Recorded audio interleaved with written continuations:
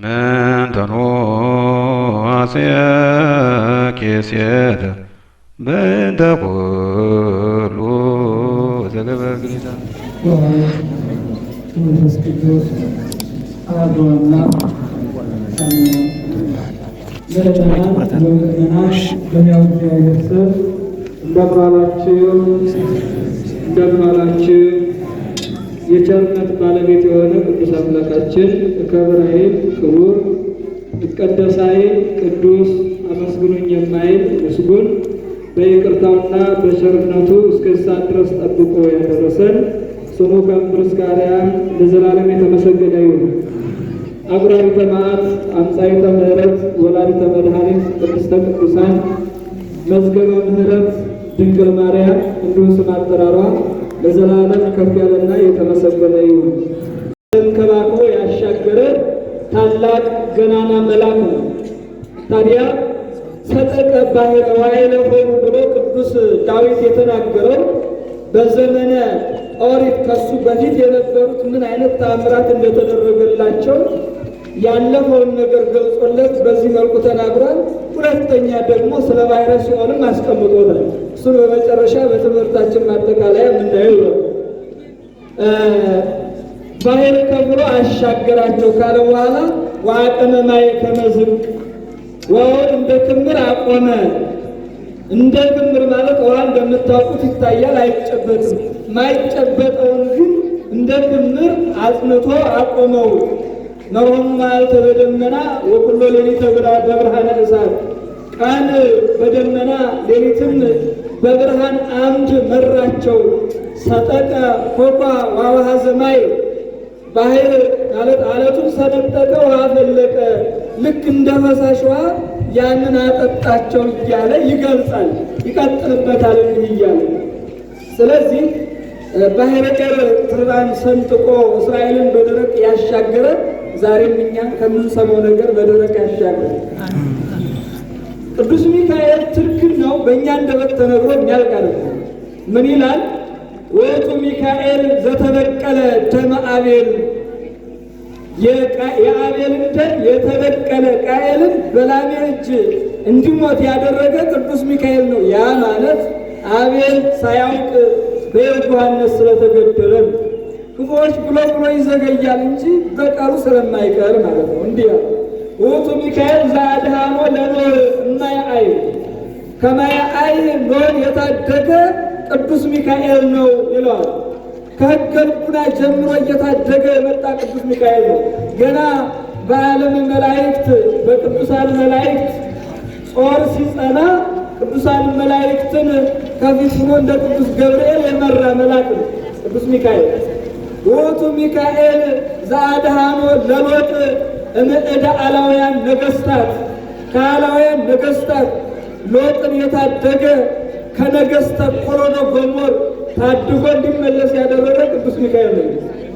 ውእቱ ሚካኤል ዘመሮ ለአብርሃም በምድረ በዳ በብሔረ በድ፣ በምድረ በዳ አብርሃምን እየመራ እግዚአብሔር ወደ ፈቀደለት ምድረ ርስት እንዲገባ ወይም እንዲሄድ ያደረገ ጦር ከላውዴዎንን ትቶ እንዲወጣ የመራው ቅዱስ ሚካኤል ነው። በእነዚህ አባቶች ትርግም ነው የተገለጸ ይሄ ገናና መልአክ ዛሬም ትርግም ነው በእኛ ላይ ተወ። አሜን። ውእቱ ሚካኤል ዘአድኃኖ ለያዕቆብ እምዕደሁ ኤሳው ይላል። ከኤሳው እጅ ወንድሙን ያዕቆብን የታደገ ቅዱስ ሚካኤል ነው። ይሄ ታላቅ መልአክ በእርግጥ ወንድም ጠላት ሆኖ ሲነሳ በጣም አደገኛ ነው። ያዕቆብ ጠላት ኤሳው ነው የሆነበት። ዘመኑ በጣም ከባድ ነው። ዘመኑን ወደፊታችን አቅርቦ ለመግለጽም እጅግ የከበደበት ዘመን ነው። አንዱን ሲነቁት አንዱ የሚጮህበት ዘመን ነው። ከዚህ ዘመን እግዚአብሔር ያሻግረን። አሜን። እውነት ለመናገር ለያዕቆብ ኤሳው ከብዶት ነበረ። ኤሳው ፍጻሜው አላማረም። ያዕቆብ ግን ፍጻሜው ያማረ ነበር። የሁላችን ፍጻሜ ያሳምር። አሜን።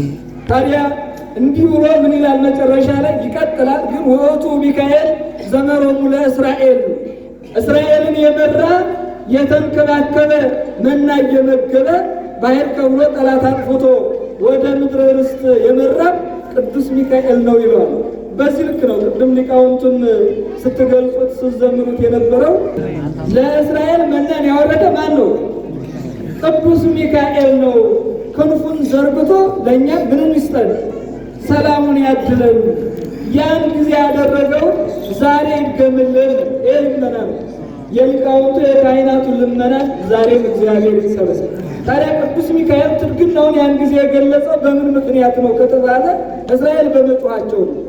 እንደነገርኳችሁ አብርሃም ይስሐቅን፣ ይስሐቅ ያዕቆብን ይወልዳል። ያዕቆብ 12ቱ ነገደ እስራኤልን ይወልዳል። ከ12ቱ ነገደ እስራኤል አንዱ ለዚህ ምክንያት የሆነው ዮሴፍ ነው። ዮሴፍ ህልም አላሚ ነው። የሚገርመው ይሄ ነው። ህልም አላሚ ህልም አልሞ ለአባቱ ይነግራል። ተው ወንድምህ እንዳትነግር ለወንድሞችን ይቀኑብሃል፣ ይገሉሃል ይለዋል። አባት ለልጁ ነቢይ ነው አይደለም? አባት ለልጁ ነቢይ ስለሆነ ተው አሁን ይኸውልህ የኔ ነዶ ለኔ ነዶ የወንድሞቼ ነዶ ሲሰግድ አየሁኝ። ሁለተኛ ፀሐይና ጨረቃ 11 ከዋክብት ለኔ ሲሰግዱልኝ አየሁኝ። ተው አንተ ልጅ አትቅለብለብ፣ ተው እንዳትናገር። አንዳንድ ጊዜ መቼስ ይህ ምላስ አላፍ ሲል ከባድ ነው አይደለ? ሕይወት ወሞት ውስጥ እደ ልሳን ነው። ሞትም ሕይወትም በአንደበት ነው የሚለው ከዚህ የተነሳ ነው። ሞትም ሕይወትም በአፍ ይሆናል። ተው እንዳትናገር አለው። ቸኩሎ ነገራቸው። ወጣት በዚህ ዘመን ማስተዋል ያስፈልጋል። ምንናገረውን መምረጥ ያስፈልጋል። የምንሰራውን መለየት ያስፈልጋል።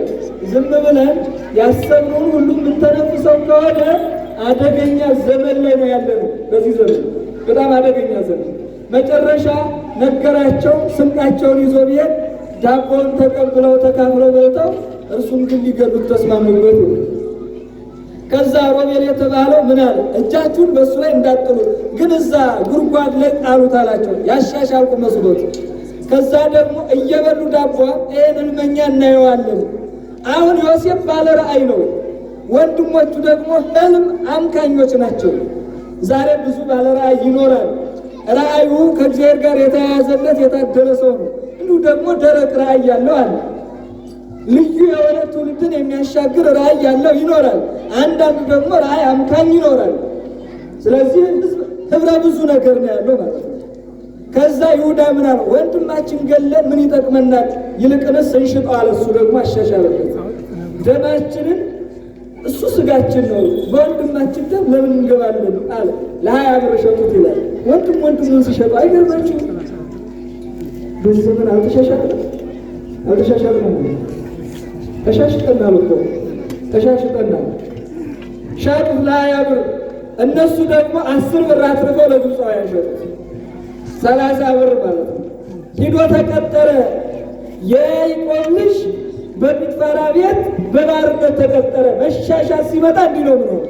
መሻሻት ሲመጣ አለመተማመን ሲኖር ተቀጥሮ ማገልገል ጀመረ። ባጭሩ አላሰፈውም። እሱ ሲገባ ግን ለጲጥፋራ ቤቱ በበረከት ተሞላለት። የግብፅ የመጀመሪያ በረከት ሆነ ማለት ነው። ዮሴፍ ወጣት ነው፣ ግን የግብፅ በረከት ሆነ። ለካ ወጣቱም ሆኖ በረከት መሆን ይቻላል። የቤተክርስቲያን በረከት፣ የሀገር በረከት፣ የትውልድ በረከት፣ የታሪክ በረከት፣ የቅድስና በረከት፣ የጸሎት በረከት መሆን ይቻላል። ለካ ዮሴፍ ለግብፅ የመጀመሪያ በረከቷ ሆነ። ሁለተኛም የንጽህና አባቷ ሆነ። እንዴት አድርጎ ካላችሁ የጲጥፋራ ሚስት ፈተነችው ይላል። ባሪያ ሲገዙ አፍንጫ ጎራዳ ይገዛሉ እንጂ መልከ መልካም አፍንጫው ተረር ያለ ገዝቶ እኔን ይፈትነኛል ብላ ጨበባውን ያዘችው። ጨበባ የሚባል ታውቃላችሁ? ሱሪ ሳይመጣ ቀርቦ የአባቶቻችን ልብሳቸው ጀፈብ ያለ ነበር አይደል? ግን ክብር ነበረው። ጀግንነት ከክብር ጋር ነበረው እና ጨበባውን ስታንቅበት አውልቆላት ሄደ ይላል። እንዲህ ነው ወጣት የንጽህና አባት ሆነ። ለግብፅ የመጀመሪያ የንጽህናዋ ፊት አውራሪ ሆነ። ዮሴፍ ጥልቆላት ሄደ። ከዛ ታሰረ። አሁን ይህን እያንዳንዱ አልገልጸው። የበረከት አባት፣ የንጽህና አባት፣ ከዛ ወደ እስር ቤት። መቼስ ጌታዬ በሀብቱ ሁሉ አሰልጥኖኛል፣ በአንቺ ላይ ግን አላሰለጠነኝም ማለት አነጋገሩ ራሱ ይገርማል። መቼም ንጉሥ በመንግስቱ ጎልማሳ በሚስቱ ሲመጡበት እንደምታውቁት ነው አይደለ? ጎልማሳ ቢሆን አጣናውን ይነቀንቃል፣ ንጉሥ ቢሆን ሰራዊቱን ያዛል። እንደዛ ስለሆነ ወደ እስር ቤት ገባ። እግዚአብሔር ግን ዮሴፍ ሲሸጥ አብሮ ተሸጠ፣ ዮሴፍ ሲታሰር አብሮ እግዚአብሔር ታሰረ ይላል። ዘምስለ ዮሴፍ ተሰይጠበረው ነው። ከዮሴፍ ጋር እግዚአብሔር ተሽጧል። በእውነት ስንኖር እግዚአብሔር አንተ ስትሸጥ አብሮ እግዚአብሔር ይሸጣል። ስለ አንተ እግዚአብሔር አብሮ ይኖራል። እግዚአብሔር ከዮሴፍ ጋር ነበረ። ሲታሰርም እግዚአብሔር አብሮ ታሰረ። አሁን እግዚአብሔር የሚታሰር የሚፈታው ነው አይደለም። እያችሁ ከቅዱሳኑ ጋር እግዚአብሔር በቃል ኪዳን አይለይም። ስለ ንጽህናቸው አብሮ ይኖራል። ገብቶ ዮሴፍ ዝም አላለም፣ ስራ ሰራ። ይሄ እስር ቤቱ የግብፅ እስር ቤት በጣም የተበታተነ ነበርና በአንድ ሰበሰብ ረሃብ የበዛበት ነበር። ይሄ ተባይ የበዛበት፣ ረሃብ የበዛበት፣ ጨለማ የወረሰው፣ አስተዳደር የሌለው፣ መከራ የበዛበት እንዲህ ነበረ። እንዴት አድርጌ እገልጽላችኋለሁ? በዚህ ተረዱት እና ገባና ምን አለ? አይ በረሃብ ከምትሞቱ እንሰብስባልና አንድ ቀን ጦማቸውን አውሎ እንጀራውን ሰበሰበ፣ ወደ አንድነት ማዕድ ሰራ። አጋፕ የሚባል ታውቃላችሁ? አጋፕ የሰራና መገባቸው። ጠግበው ተርፎ አደረ። የተረፈው ለቁርስ ሆነ። ያችሁ ሌላ በረከት ማለት ነው። ሌላ አሁን አስተዳደሩን እዚህ ላይ ጀመረው። ጲጥፋራ ቤት ጀምሮታል። እዚህ ላይ ያሳደገው ገና ሀገሪቱን ሊረከቡ 10 ዓመት በጲጥፋራ ቤት 10 ዓመት በእስር ቤት 20 ዓመት ተገፍቷል። ዮሴፍ 20 ዓመት ተገፍቷል። ከዛ በኋላ ህልመኛውም ነገረው። እዛ የታሰረ ነበረ። አዘክረኒ በቅድመ ፈርዖን እግዚእ ከብሮ ነግሮታል። መቼም የዘመኑ ሰው እንደምታውቁት ከበላ ከጠጣ በሆዱ ከሄዱበት ይረሳል ወገኑ። በጣም ያሳዝነው ይሄ እረሳው ይላል። እዛ እየበላ እየጠጣ መጨረሻ ላይ ህልም አለመ ንጉሱ። አንድ ዕብራዊ ያለ ህልመኛ ለእሱ ብንነግረው ይተረጉማል አለ። ቀረበ፣ ህልሙን ተረጎመ። ምንድነው እንደምታውቁት 7 የወፈሩ ላሞች ነበሩ። 7 የከሱ ላሞች ወጥተው ዋጧቸው። ይሄ እንዴት ይመስላል አለ። ወይማ 7 ዓመቱ የወፈሩ ላሞች የተባሉት 7 ዓመት የጥጋብ ዘመን ነው ለግብፅ። 7ቱ የከሱ ላሞች ደግሞ 7 ዓመት ሰው እንደ እንስሳ እየሜደው የሚወድቅበት ሬሳ የሚሆንበት የረሃብ፣ የችግር፣ የስደት፣ የመራቆት ዘመን ነው አሉ። ታዲያ መፍትሄው ምንድን ነው አለ። መፍትሄውማ ቀላል ነው ንጉሥ አለ። ታዲያ ምን ላድርግ? በ7 ዓመቱ የጥጋብ ዘመን፣ በ7 ዓመቱ የድርቅ ዘመን ጥሪት መሰብሰብ ያስፈልጋል አሉ። አስተዳደርን አየው። ለግብፅ ዮሴፍ የአስተዳደርና የስልጣኔ መሰረቷ ስልጣኔና አስተዳደርን በዚህ መልኩ ነው ያስተማረው ለግብፅ ዮሴፍ። አስተዳደርን አስተማራት። ለቤተ መንግስቱ አስተዳደርን አስተምሯል ዮሴፍ።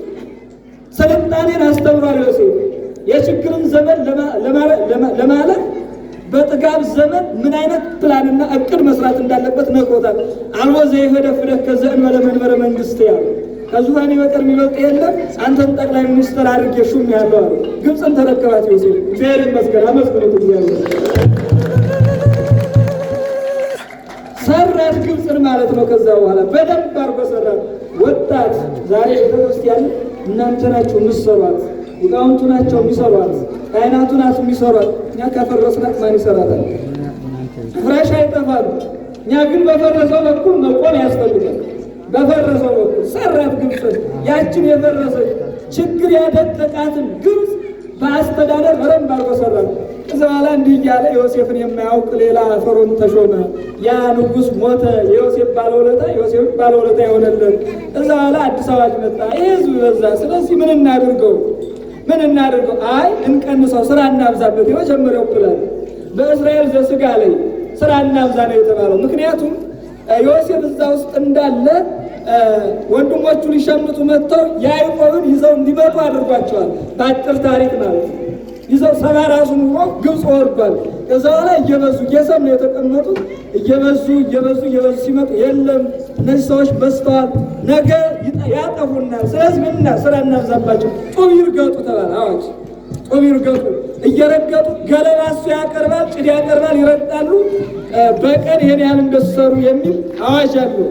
ከዛ በኋላ ይሞታሉ። በዚህ ምክንያት ጡብ እያሰራን ወይም ፒራሚድ እያሰራን በዛ ሽፋን የነሱን ሞት እዛው ላይ እንሸፍነዋለን።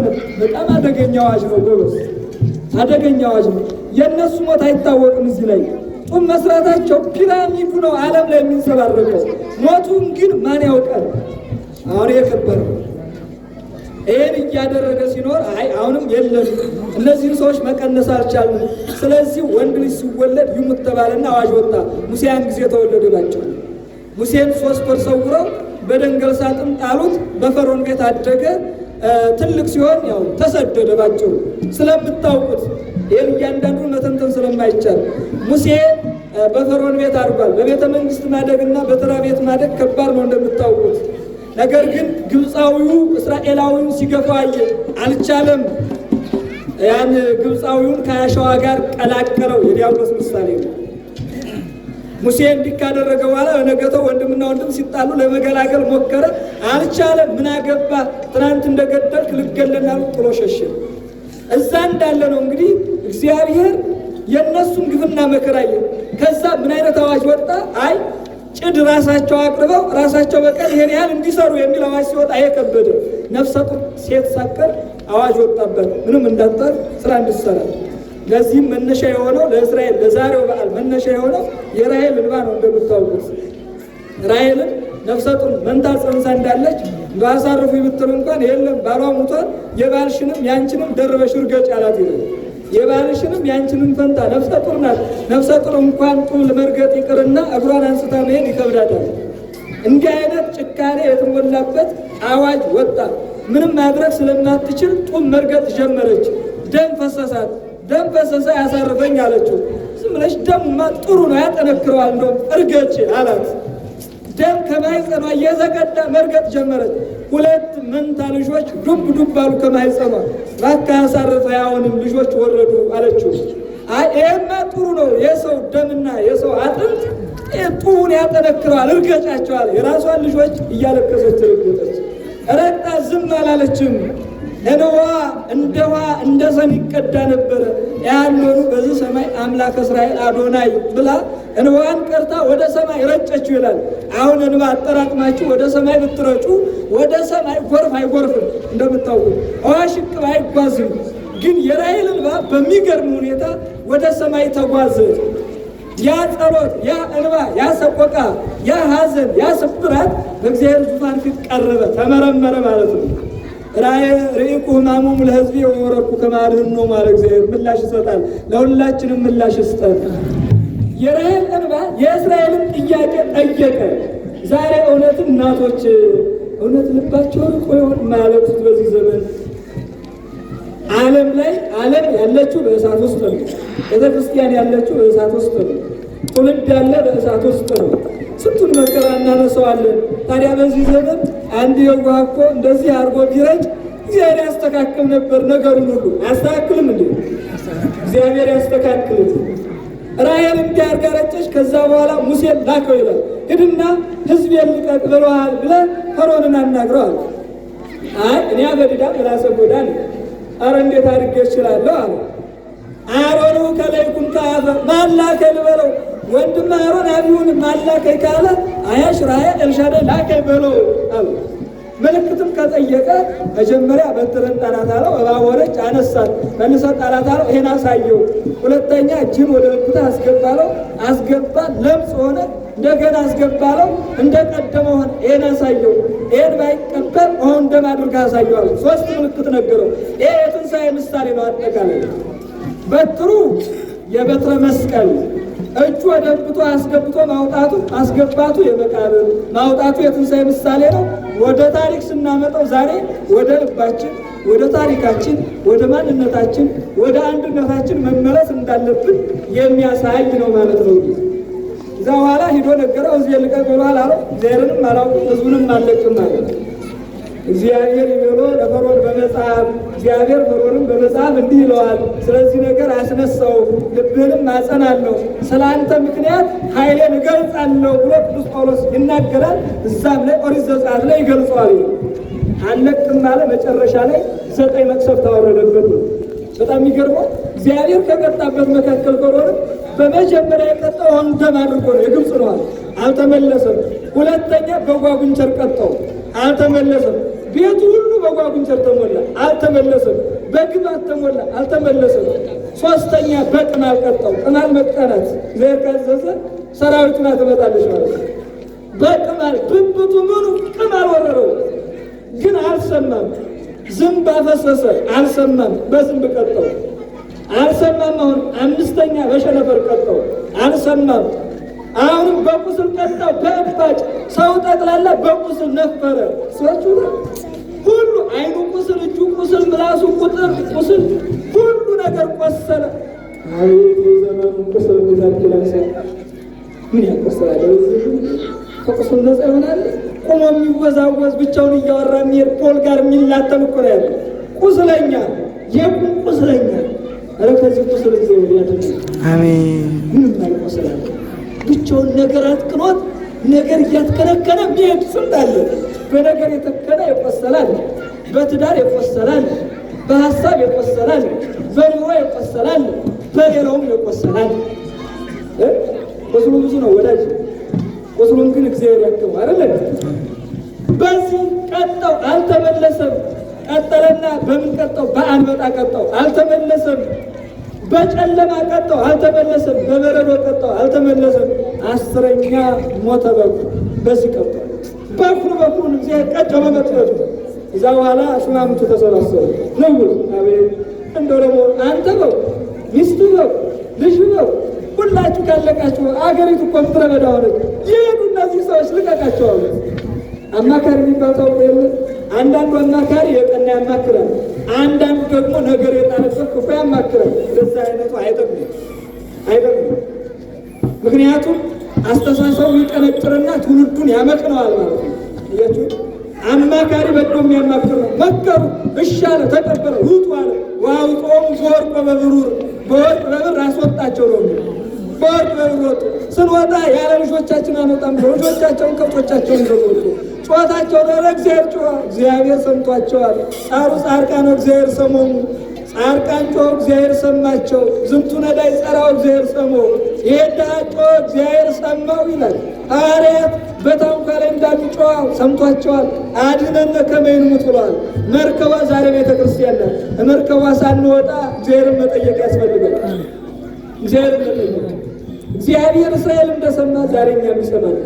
መጨረሻ ላይ ወጡ። ከብቶቻቸውን ምናቸውን ይዘው ወጡ። በሶስተኛው ቀን ወጥቶ ሲያይ ግብፅ ባዶዋን ሆናለች። እንዲህ ወይኔ ወይ ከሰራዊት ከባሮች አሮ ወይ ደግሞ ከሀገር ያልሆንኩ ብሎ ሰራዊቱን አዝምቶ ሲሄድ አንድ ዛፍ ላይ የግብፃውያንና የእስራኤላውያን ፈረሶች ታሰሩ ይላል። ግን አይታያሉ። አየሁ የእግዚአብሔር እንግዲህ የእግዚአብሔር ቸርነቱ የቅዱስ ሚካኤል ትርግና አንድ ላይ ታስሮ ግን መታየት አይችሉም። እስራኤላውያን አለቀሱ። አሁንም ሌላ እንባ ወዮ ሊያጠፉን ነው አሉ። ምን አለ ሙሴ ሲመክር፣ ይኸውላችሁ ዛሬ የምታዩዋቸውን ዛሬ የሚያስጨንቋችሁን እንዲህ እንባ የምታፈሱባቸውን ነገ ላይ አታዩዋቸውም አለ። እግዚአብሔር እንባን ከፊት ያብሳል። እንባን ማን ያብሳል? እግዚአብሔር እንባን ያብስ። ዛሬ አንዳንድ ጊዜ ትውልድ ብቻ ሳይሆን ምድርም ታለቅሳለች፣ እጽዋቱም ያለቅሳሉ፣ እንስሳት አራዊቱም ያለቅሳሉ እኮ አይደለ? መከራና ግፍ ሲበዛ እጽዋቱ ሳይቀሩ ምድር ሳትቀር ትከሳለች እኮ ተከሳለች። የግብፅ ምድር ሳይቀር ከሰዋለች እሱ። ከዛ እንዲህ እያለ መጨረሻ ላይ ወደ ባህሩ ሲደርሱ ተከተሏቸው። አሁንም እሪ አሉ፣ አለቀሱ። አይዟቸው አለ ሙሴ መከራቸው። ሚስት ሀገር ናት ዛሬ አይደለችም? ሚስት ሀገር ናት። እናት ብትል ቤተ ክርስቲያን፣ እናት ብትል ሀገር የከበቧት ልጆቿ ግን ዛሬ ልጆቿ በላናት። ቤተ ክርስቲያንንም ሀገርንም ራሷ የራሷ ልጆች በሏት ማለት ነው። እንግዲህ የናራቁት ሊቃውንተ ቤተ ክርስቲያን አራቁት። ያለንበት ዘመን ይሄን ይመስላል። ስለዚህ ወደኛ እናምጠው፣ በዚህ መልኩ እንረዳው። ስለዚህ እንዴት ብለን ነው የምንሻገር?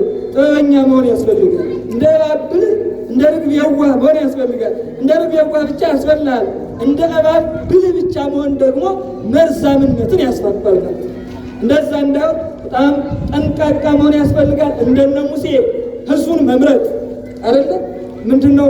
ወአብደረ ይህም ምስለ ሕዝበ እግዚአብሔር እንኩሉ መዛግብት ሆሙ ለግብፅ በግብፅ በዛ እንደው ከመመናሞን ከሕዝቡ ጋር መከራ መስቀሉን መረጠ ይላል።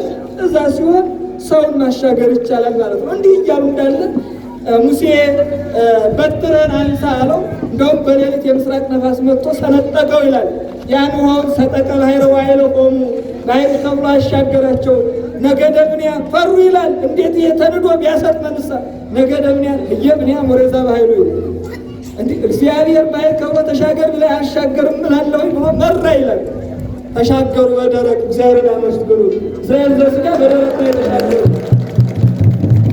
ወዲያውኑ ተረማምዶ ፈርዖን እስከ ሰራዊቱ ሲገባ ነሳ ሙሴ በትረ ወአማይተበ ሙሴ በትር አነሳ መታው ይላል።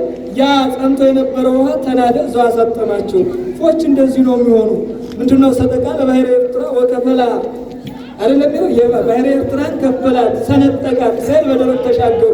በጽንዕት ወመዝራዕት በጸናች ክንድ፣ በተዘረጋች እጅ፣ በጸናች ክንድ እንዲያርጎ ነው የመገባቸው። እዛ በኋላ ወደ መጨረሻው ስንመጣ እስራኤልን እየተንከባከበ 7 ደመና ዙ በላይ አንዱ ግርዶሽ፣ አንዱ ምንጣፍ፣ 4ቱ ግድግዳ፣ አንዱ ደግሞ ወደፊት መንገድ ጠራጊ ጠላት አጥፊ ሆኖ ማለት ነው። በዚህ መልኩ እስራኤል ዘሥጋ እየተንከባከበ እግዚአብሔር በቅዱስ ሚካኤል ትርግና መና እየወረደላቸው ጻዕዳ መና እየወረደላቸው ወደ ምድረ እስራኤል ተጉዘዋል ማለት ነው። ታዲያ ባሕር ከፍሎ አሻገራቸው። መጨረሻዋን የምትይዙልኝ ዛሬ ባሕሩን ማን ይክፈል? ዛሬ ጨለማውን ማን ይክፈል? ዛሬ ችግሩን ማን ይክፈል? ዛሬ ዘረኝነቱን ማን ይክፈል? ዛሬ መለያየቱን ማን ይክፈል? ዛሬ አድመኝነቱን ማን ይክፈል? በጣም ከባድ ሆነ። በሊቃውንቱ ምእመናን ሚከፍል ሙሴ ያስፈልጋል። በዚህ ዘመን ሙሴ አማናዊ ሙሴ ያስፈልጋል ማለት ነው። ታዲያ ሙሴ ከየት ይመጣል? አንተ ሙሴውን፣ አንቺ ሙሴውኝ እኮ ነው የምትለው ቤተ ክርስቲያን። ሙሴ ከሰማይ አይወርድ፣ ከመቃብር አይነሳ። ሙሴ በዘመኑ ሰርቷል። ዛሬ በዘመናችን እኛ ነን መስራት የሚጠበቅብን። ቅዱስ ሚካኤል ይኸው መንበሩ ላይ አለ፣ በረድኤት አለ፣ ይጋርዳል፣ በቃል ኪዳን ይጠብቃል። እኛ እንገዛ ስንል ግን ከባድ ይሆናል ኦርቶዶክሳውያን። ስለዚህ ያን ማሰብ ያስፈልጋል። ባሕር ከፍሎ አሻገራቸው።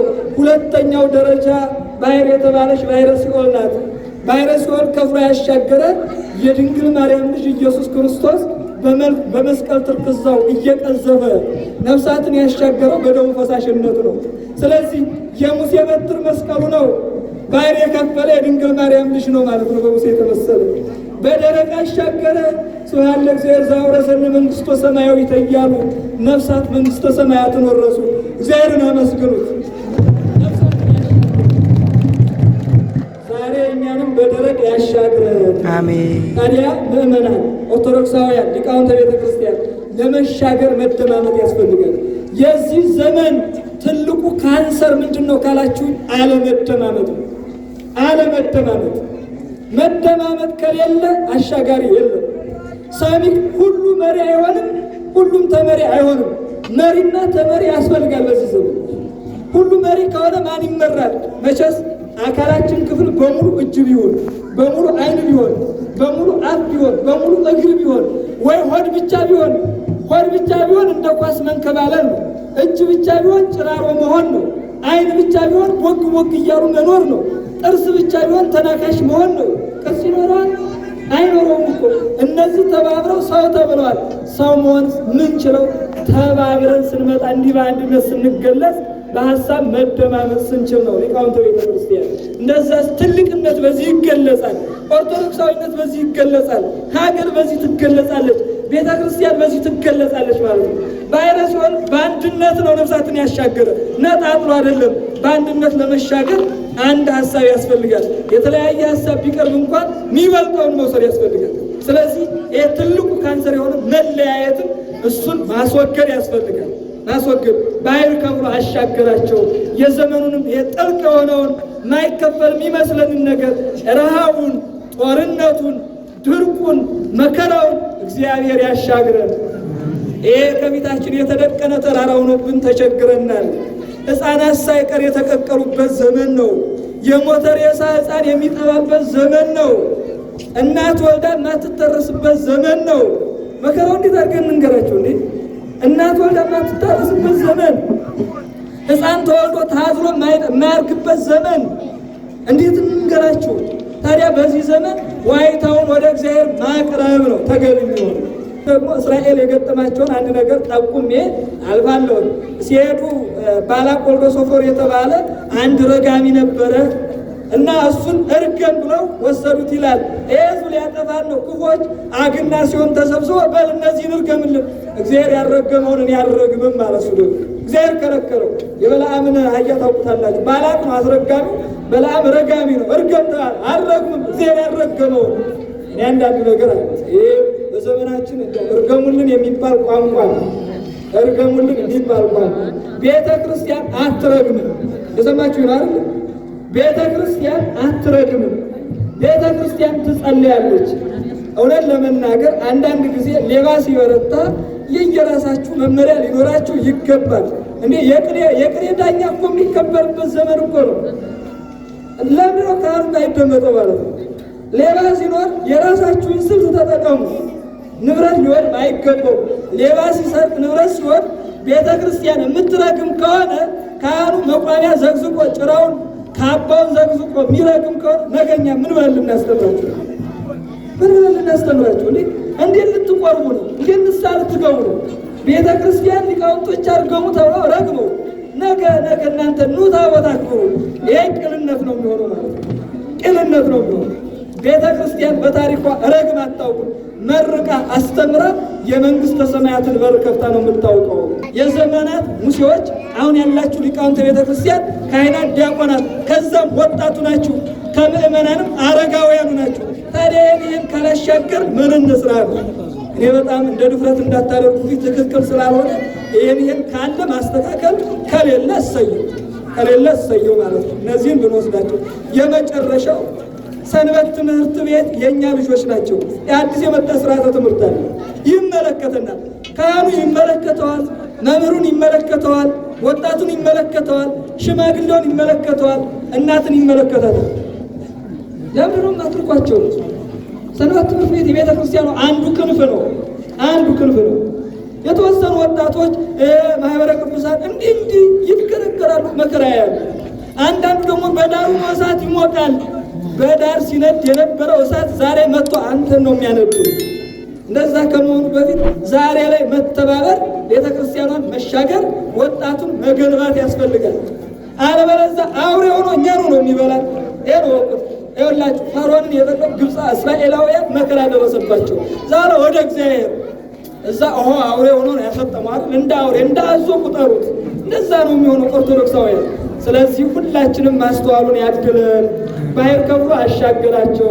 የዘመኑን መቅሰፍ፣ የዘመኑን መከራ፣ የዘመኑን ወረርሽኝ እግዚአብሔር በቸርነቱ ባህረ ሲኦልን ከፍሎ እንዳሻገረ፣ ባህረ ኤርትራን ከፍሎ እንደመገበ እንዳሻገረ ሁሉ እስራኤልን መና ከደመና ወርዶ እንደመገበ እኛንም በቸርነቱ እየመገበ ከዚህ ዘመን ያሻግርን። ሊቃውንተ ቤተ ክርስቲያንን ከሃይማኖት ይጠብቅልን፣ ምእመናንን ባሉበት ይጠብቅልን።